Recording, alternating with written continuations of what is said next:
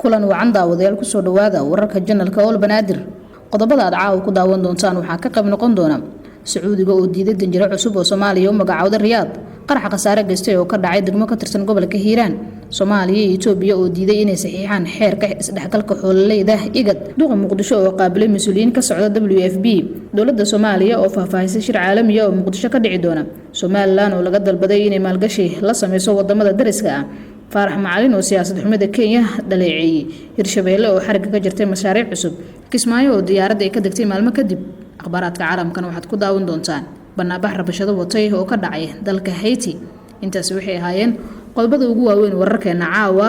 waa 28 bisha September 2019 markana ku soo dhawaada iyaga oo faahfaahsan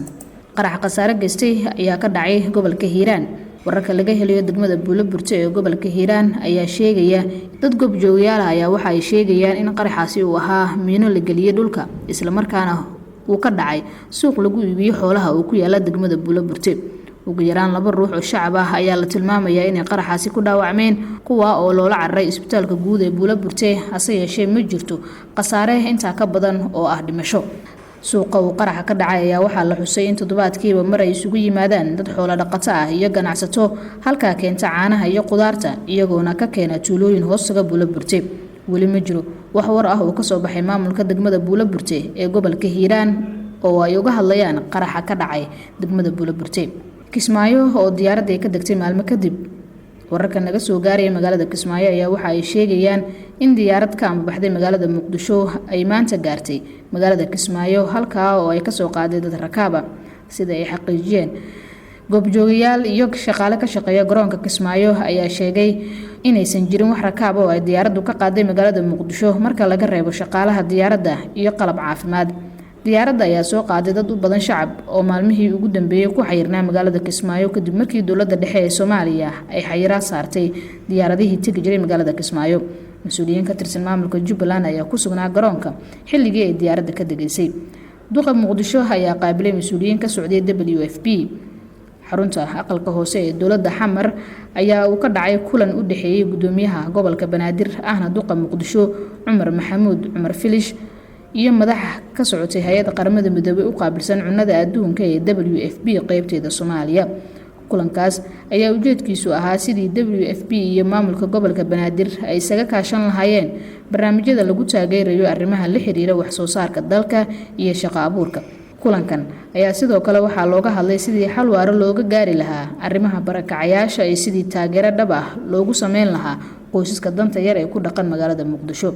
gudoomiyaha gobolka Banaadir ahna duqa Muqdisho Cumar Filish iyo madaxda WFP ayaa waxyaabihii ay ka wada hadleen waxaa ka mid ahaa in la fuliyo mashaariic lagu garab istaagayo wax soo saarka beeraha iyo kheyraadka badda kulanka kadib ayaa waxaa warbaahinta la hadlay madaxdii ka socotay qaramada midoobay gaar ahaan WFP qaybteeda Soomaaliya gudoomiyaha gobolka Banaadir ee duqa Muqdisho waxa uu ka hadlay waxyaabihii ay isla meel dhigeen hoggaanka WFP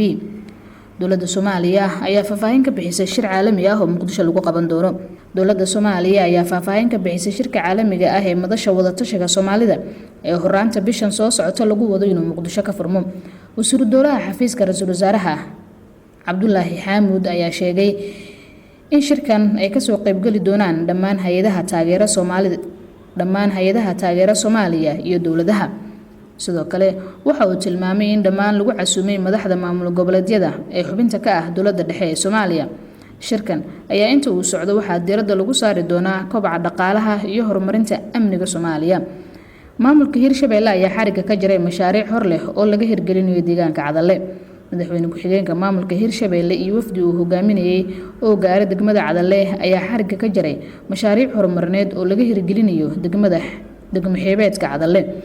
soo dhaweyn kadib madaxweyne ku-xigeenka Hirshabeelle ayaa xariga ka jiray 9 mashruuc oo qayb ka ahaa ama ka qayb noqon doona horumarinta deegaanka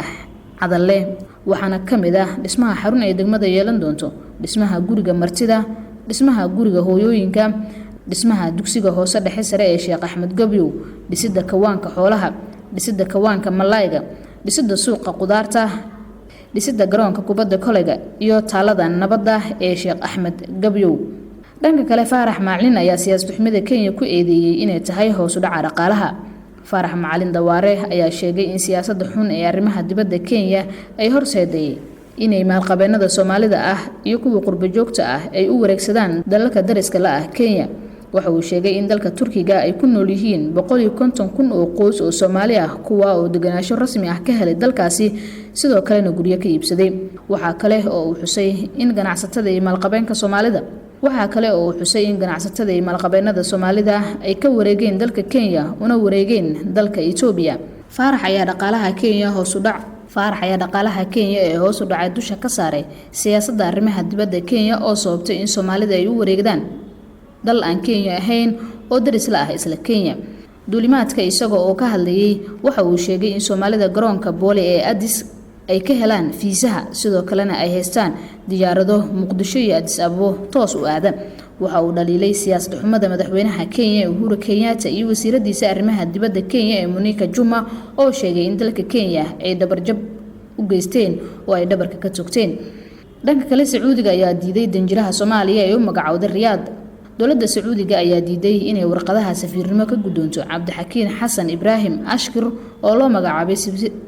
magacaabay safiirka dowladda Soomaaliya u fadhin doona boqortooyada Sacuudiga. Danjiraha ayaa shaqo galin sidii loo magacaabay 3 bil ka hor. Inkastoo Sacuudiga aanay si rasmi ah u shaacin didmadiisa, haddana waxaa laga dheehan karaa inay u cuntami weysay wada shaqayntiisa iyo magacaabida loo magacaabay safaaradda Riyaad. Sida sharciga Geneva ee diblomaasiyaddu dhigayo 3 bilood safiirku waa in looga gudoomaa warqadihiisa. Haddii aan laga gudoomin ay la macno tahay in la diiday safiirkaasi. Ashkir ayaa waxaa xilkaasi 29 bishii May u magacaabay madaxweynaha Soomaaliya Maxamed Cabdullaahi Farmaajo isagoo xilligaasi ahaa wasiiru dowlaha wasaaradda diinta iyo awqaafta xukuumadda federaalka Soomaaliya. Waxa ay magacaabistiisa ka qayb ahayd isbedel ay dowladda ku sameynaysay hogaanada safaaradaha dalalka caalamka. 15 Juun ayaa si rasmi ah loo gudbiyay warqadihiisa safiirnimo waxayna muddada 90 cisho ka ahayd 15 bishan Sebtembar. Waxaa ka soo wareegtay muddada uu sharciga siinayay 13 maalin. Xubno ka tirsan howlwadeennada safaaradda Soomaaliya ee wadankaasi Sacuudiga ayaa warbaahinta u sheegay in didmada xukuumadda Riyaad ay salka ku hayso tuhun ay ka qabaan in ambaasador Ashkir uu xiriir qotar dheer la leeyahay dalka Qatar, si gaar ahna taliyaha nabad sugidda Soomaaliya Fahad Yaasiin Xaaji Daahir oo cilaaqad dhow la leh reer Dooxa. Wararku waxa kale oo ay sheegayaan in xitaa dowladda Sacuudiga ay iska diiday inay aqbasho xubno loo magacaabay qunsuliyadda Soomaaliya ee magaalada Jidda. Xubnihii hore ee qunsuliyadda uga shaqeynayay Soomaaliya ayaa waxaa lagu amray inay dalka si degdeg ah ugu soo laabtaan, balse waxaa jiray xubno cusub oo booskaasi loo magacaabay kuwa oo ay ku adkaatay inay helaan fiisaha iyo aqbalaadda ay ku howlgeli lahaayeen, taa oo keentay inay Muqdisho iska joogaan oo ay u dhaxeeyaan wasaaradda arrimaha dibadda iyo madaxtooyada iyaga oo dhagadegeynaya halka ay xaaladdu marayso. Ashkir ayaa lagu bedelay wasiirkii hore ee wasaaradda warfaafinta Soomaaliya Daahir Maxamuud Geele ka oo xilka wasiirnimo iska casilay kadib markii uu sheegay inay kala aragti duwan yihiin madaxda haatan dalka haysa. Somaliland ayaa laga dalbaday in maalgashi laga sameeyo deegaanadeeda. Madaxweyne ku-xigeenka Somaliland Cabdiraxmaan Cabdullaahi Ismaaciil Saylici oo uu wehelinayo wakiilka Somaliland ee Imaaraadka Carabta Ambassador Muniir Cabdullaahi Abu Sayd welina ku sugan isutaka Imaaraadka Carabta ayaa waxaa hotelka uu ka degan yahay Dubai ku booqday ganacsato waaweyn oo doonayay inay maalgashadaan Somaliland.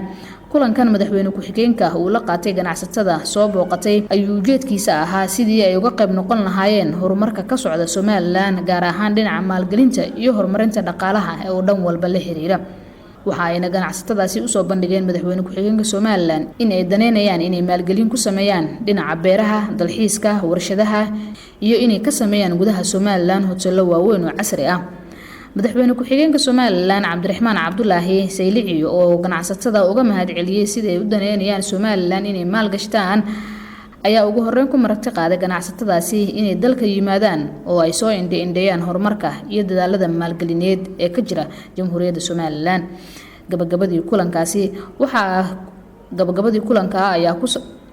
Gabagabadii kulankaasi ayaa waxa uu ku soo dhamaaday isfahan iyo xiriir wanaagsan oo dhex mari doona ganacsatada caalamiga ah ee reer Dubai iyo Somaliland. Gudoomiyaha maxkamadda sare ayaa tababar u furay garsoorayaal iyo xeer ilaaliyaal ka kala socda dowlad goboleedyada. Waxaa magaalada Muqdisho tababar socon doona muddo 6 bilood ah loogu furay garsoorayaal iyo xeer ilaaliyaal ka kala socday dowlad goboleedyada iyo maxkamadda sare ee dalka oo tiradoodu gaarayso 40 qof kuwa oo loogu talagalay in aqoontooda kor loo qaado. fulinta tababarkan ayaa waxaa iska kaashanaya qaramada midoobay iyo maxkamadda sare ee dalka sida uu sheegay gudoomiyaha maxkamadda sare Baashe Yuusuf Axmed waxa uuna kula dardaarmay ka qaybgalayaasha tababarka inay ka faa'iideystaan casharada la bixinayo. gudoomiyaha maxkamadda sare dalka ayaa sheegay in ujeedada laga leeyahay tababarkan ay tahay in la tayeeyo garsoorka dalka bulshadana loo cadaalad falo. tababarkan ayaa noqonaya kii ugu dheeraa ee gudoomiyaha maxkamadda sare ee dalka Baashe Axmed uu furo tan iyo intii uu xilka hayay. Soomaaliya iyo Itoobiya ayaa iska diiday inay saxiixaan xeerka xoolo dhaqatada ee IGAD. dowladaha Soomaaliya iyo Itoobiya ayaa diiday inay saxiixaan xeerka ay diyaariyeen wadamada ku jira urur goboleedka IGAD ka oo quseeya isu socodka dadka xoolo dhaqatada ah ee wadamada IGAD ku nool. wakiilo ka kala socday wadamada IGAD oo kulan ku dhexmaray caasimadda Uganda isla markaana lagu kala saxiixan lahaa xeerkaas ayaa waxaa iska diiday dowladaha Soomaaliya iyo Itoobiya. labada dowladood ayaa ku dooday in xeerka qodobada ku jira qaarkood aysan saxiixi karin iyaga oo aanan la tashi la sameeynin dowlad goboleedyada xubnaha ka ah maadaama labaduba ay yihiin federaal. xeerkan ayaa ogolaanaya marka la saxiixo in xoolo dhaqatada ku nool wadamada IGAD ku bahaysan inay u roob raaci karaan wadamada uu roobka ka da'ay daaqana leh iyadoo aysan jirin wax shuruud ah. waxa uu ka kooban yahay 32 qodob oo si faahfaahsan uga hadlaya sida ay xoolo dhaqatada IGAD ugu naqraaci karaan iyaga oo aanan wax caqabad ah kala kulmeynin dadka ay u tagayaan ee ku nool wadamada kale. agaasimaha guud ee IGAD ee xoolo dhaqatada ayaa sheegay in labada dal ee Soomaaliya iyo Itoobiya ay siiyeen muddo 2 bilood ah oo ay dowlad goboleedyadooda kala tashan doonaan arrintan isla markaana jawaab laga sugayo bisha December ee dhamaadka sanadkan. xeerkan ayaa la sheegay inuu muhiimad gaar ah u leeyahay wadamada ku bahaysan urur goboleedka IGAD kuwa oo 70% dhaqaalahooda uu ku tiirsan yahay xoolo dhaqatada ama xoolaha. intaasi waxay ahaayeen akhbaraadka gudaha markana caalamka. banaanbax rabshado wata ayaa ka dhacay dalka Haiti. booliiska dalka Haiti ayaa gaaska dadka ka ilmeysiiya iyo rasaasta cinjirka ka samaysan u adeegsaday siday u kala ceerin lahaayeen dibadbaxayaal cariisan oo isugu soo baxay caasimadda dalkaasi. dibadbaxayaasha ayaa ka careysan dhibaatooyin dhaqaale iyo kuwa siyaasadeed oo dalkaasi la degay iyadoona gabaabsi ay yihiin raashinka iyo shidaalka. sidoo kale dadka reer Haiti ayaa ka cabanaya hoos u dhac ku yimid lacagtooda xilli musuqmaasuq lagu eedeynayo mas'uuliyiinta dowladda ee hadda xilka haya. dad badan ayaa dalbanaya in xilka uu iskaga tago madaxweynaha dalkaasi ka oo loo haysto inuu ku fashilmay wax ka qabashada dhibaatooyinka xooggan ee ka jira dalka Haiti. dibadbaxyadii ugu dambeeyay ayaa waxaa la sheegay inay ku dhaawacmeen 4 ruux waxaana dibadbaxii jimcihii dhacay la sheegay inuu ka mid ahaa dibadbaxyadii ugu xoog badnaa ee dalkaasi ka qabsooma. ugu dambeyn xogayaha arrimaha dibadda ee Mareykanka ayaa cadaadis lagu saarayaa inuu soo bandhigo sirta Trump. xisbiga dimuqraadiga ayaa amar ku siiyay xogayaha arrimaha dibadda Mareykanka Mike Pompeo inuu soo bandhigo qoraaro la xiriira heshiisyo uu madaxweyne Trump la galay xukuumadda Ukraine. warqad ay qoreen 3 qof oo madax u ah guddiga aqalka hoose ayaa Mr. Pompeo amar ku siiyay inuu dokumentiyadaasi soo gudbiyo inta lagu jiro muddo 7 ah. talaabadan ugu dambeysay ayaa cirka ku shishareeraysa hadal haynta ah in madaxweynaha xilka laga tuuro. amarkan yarmada ah ayaa waxa uu diray qof wakiilka ah gudoomiyaasha guddiga arrimaha dibadda iyo socdaalka oo baaraya inta ay la eg tahay halista nabadgelyo xumo ee qaranka uu geliyay xiriirka madaxweyne Trump uu la yeeshay xukuumadda Ukraine. 5 sargaal oo ka tirsan wasaaradda arrimaha dibadda oo dhammaantood qofka arrinta fashiliyay sheegay loogu magac dhabay ayaa iyaguna la faray inay guddiga hortagaan. waxaa ka mid ahaa dadka safiirkii hore ee Mareykanka u fadhin jiray Ukraine oo Trump shaqada ka eriyay sababtuna tahay sida uu warbixinta u sheegay in ay tahay si codsi uu madaxweynaha doonayay si uu u ururiyo macluumaad la xiriira musharaxa dimuqraadiga ah ee la tartamayay madaxweynaha Ukraine. waxaa kale oo ka mid ahaa saraakiisha ergeyga gaarka ah ee Mareykanka Ukraine u qaabilsanaa oo la leeyahay waxa uu fududeeyay qareenka madaxweynaha Trump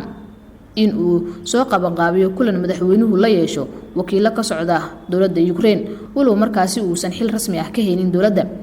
fariinta loo diray Pompeo waxa ay ku saabsan tahay dokumentiyo la xiriira shirar ay yeesheen xubno ka tirsan shaqaalihiisa waa Pompeo iyo xukuumadda Ukraine.